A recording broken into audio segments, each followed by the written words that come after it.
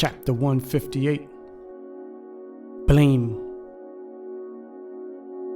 The CCA private prison company, along with the Ohio politicians, was now fully fed up with the whole situation and was ready to void the contract with DC. The Lorton prisoners were costing them more money than they were expecting to make because of monetary settlements every time a prisoner was stabbed, settlements for the guards assaulted, large settlements to the family of the murdered prisoners, and a $5 million phone bill.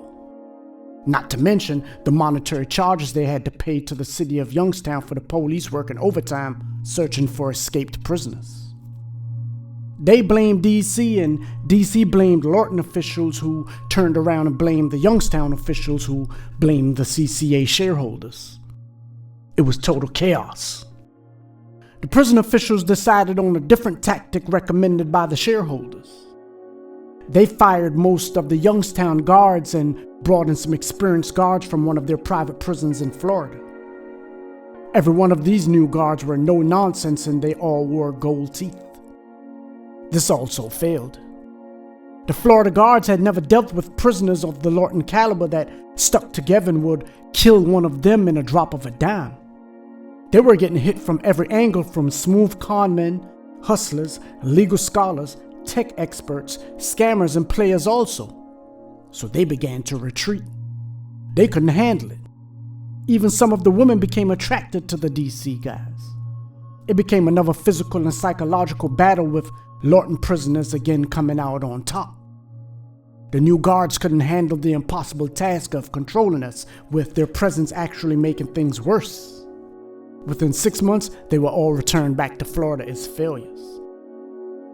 While we were locked down and the officials were deciding what to do with us, I got a letter from my brother highlighting some of his experiences while on the run in Africa. He said after the soldiers chased him in the Land Rover in Tanzania and he went to the hotel, the next morning he took a bus to Arusha just to get as far away from the small town as possible. The bus headed towards the ice-capped Mount Kilimanjaro. As the bus bumped and swayed through the freshly paved streets, he overheard a conversation between some passengers close by. "Man, I want to go to America," a deep voice whined. This caught his attention. "Me too," said another softer voice. Deep voice continued. "The place of opportunity is what they call it.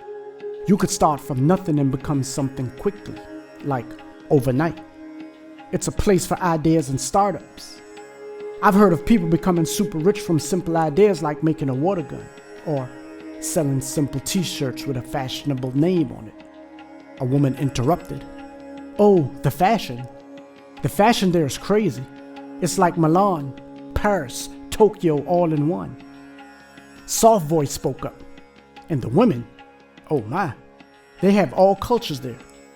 What's the chance of meeting a woman from Turks and Caicos or Bangkok or even Minsk here? Over there you can meet people from every culture. It's like a big melting pot." Deep voice cut him off. "And they mix too. Have you seen the mixtures? I read about a girl that was Thai, Eskimo, Somalian, and Costa Rican. That was her mixture and she was gorgeous." Let's talk about freedom of religion. In America, you can worship under any faith. You can worship the devil or you can worship a rock and no one will kill you for it. It's a marvelous place to grow up." The woman looked over at him and said, Hey friend. He looked over at her. "Hey, tell me, is America nice and beautiful as it seems?" "America?" he responded, somewhat stunned that she'd ask. He wondered why she would pick him for such a question. Did Americans have a distinctive appearance? "Sorry, I've never been there, but I've seen some good things in the media." "You've never been there?" she asked as if he was joking. "No, I haven't." "That's unbelievable. Why'd you ask?" "Well, you look American." This caught his ear, and he knew in order to survive on the run, he would have to change his appearance. "American? How so?" he asked curiously. "Your skin tone. Your beard. Africans generally don't have full beards or body hair." She looked at his arms, which were hairy. "Then, you're wearing jeans. expensive designer jeans. And look at your complexion. It has an American hue to it. An American hue, yes. A distinctively smooth surface and color. Deep voice cut in. Tell me about the woman over there. I never been there. They ignored his denials. Is it true that the American influence is so overwhelming that other countries mimic the American style until they look American? Yeah, that's it. Check urban Brazil and the Caribbean. Check Europe. Even here. I heard all of the different cultures around the globe look to the African Americans for the new styles for what's cool. Soft voice interrupted. I want to see Vegas, Los Angeles, and New York City. I want to see Miami, Hollywood, Disney World. I want to see Washington, D.C. Shit, he dropped his head. Another passenger joined in. Washington, D.C. has some of the greatest museums, monuments, and buildings in the world. Even the president lives there. Have you ever seen the president or met him?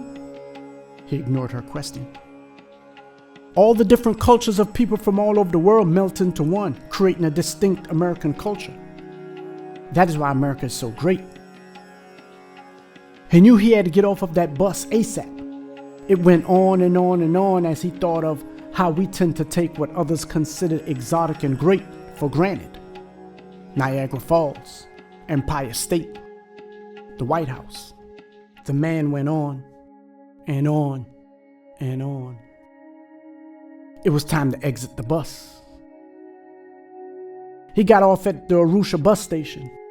He said it was crowded with patrons and mostly farmers. He caught a taxi to Mount Meru Hotel on Mount Meru Road. It was named after Mount Meru, the fifth highest mountain in Africa and believed to be the resting place of Noah's Ark, right after the floods receded. He used the hotel fax machines to contact some Kenyans, only to find out that his picture was circulating all over Kenya, Rwanda, Ethiopia, Burundi, and the Congo. But the authorities believed he was heading to Ethiopia. Only thing was, the car rental place would probably contact the authorities after the Land Rover wasn't returned. Then that would lead them to put out an APB for the truck. That would lead them to Tanzania from the tag numbers going through the immigration border crossing. They probably knew he was in Tanzania by now, but they didn't know if he was still there. That's also where he found out that I was locked up, along with our whole neighborhood on RICO and conspiracy charges. And he also found out he was wanted for a 53-count federal indictment. Chapter 160. Brock Lesnar. While the whole Ohio prison was on indefinite lockdown, they began moving people to the hole to be removed from the prison, and I was one of them.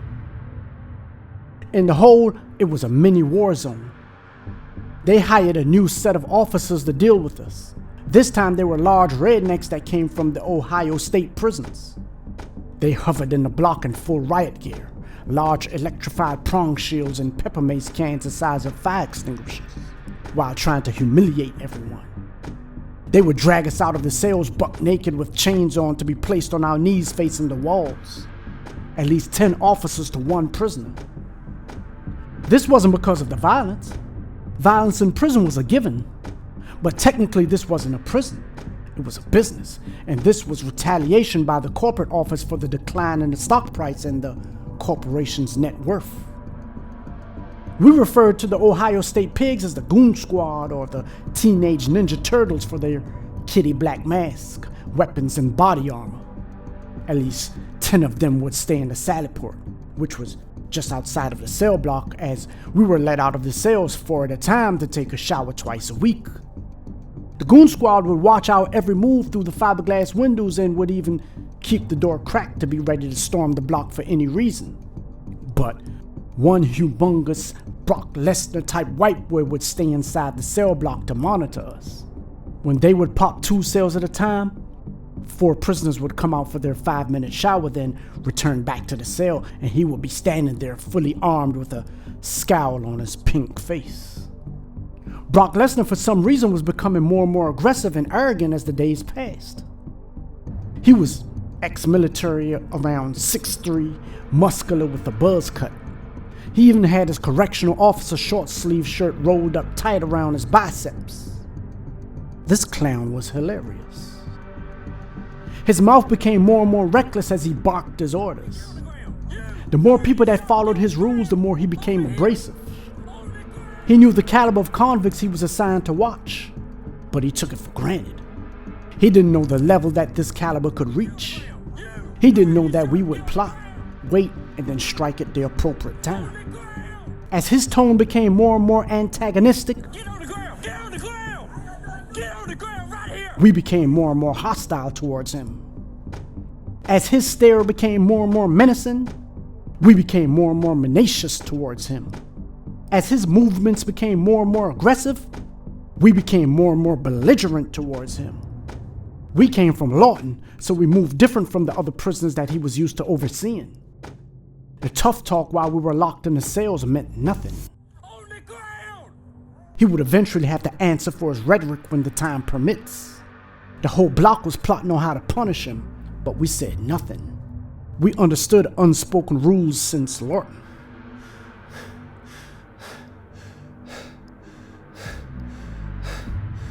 The day arrived, and the first 2 cells they let out for showers were 4 of my young homies that were serving mostly life sentences. 3 of them yelled to Brock Lesnar that the other one needed immediate assistance because he was in a cell vomiting blood. We had already rocked Brock Lesnar to sleep by making him think we wanted no trouble. We made him think we were scared of him. An old Lorton tactic. Brock Lesnar's arrogance and naivety allowed him to puff his chest out and walk straight into the cell to check on the supposedly sick prisoner. As he walked in, the other 3 young men walked in behind him and pulled the cell door shut behind them. Then they went straight to work. All we heard was Brock Lesnar screaming like a wounded warthog as the walls vibrated from the beating. His screams became muffled by the hard thumps from the punches to the mouth and throat.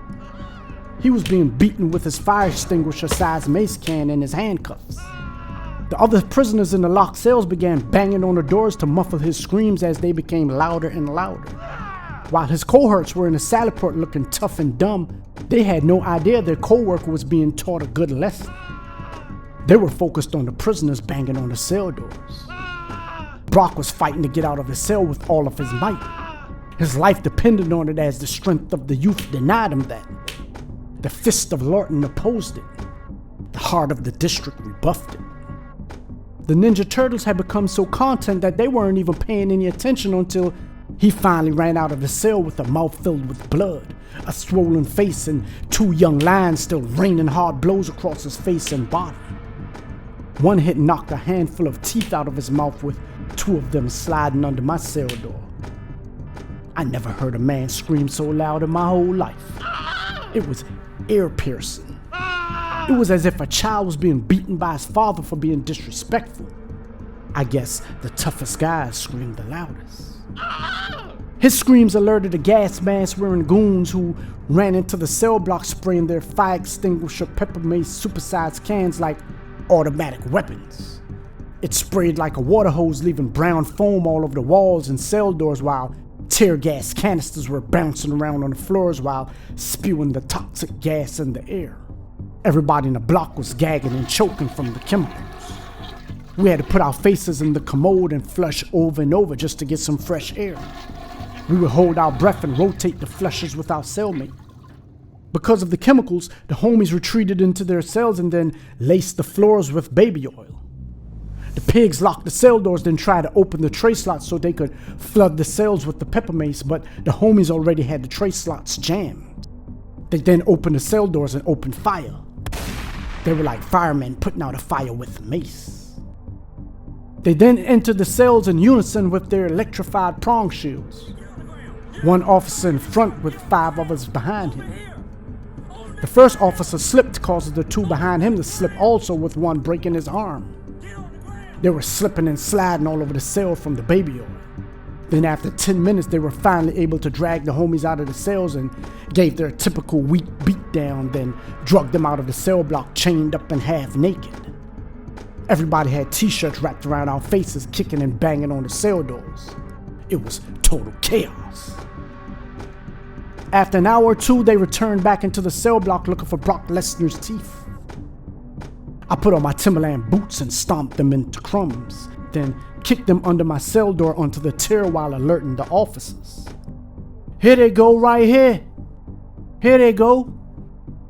I pointed to the crumbs right outside of my door. "Get him back to him." Soft ass cracker. Me and my cellmate burst out into deep laughter.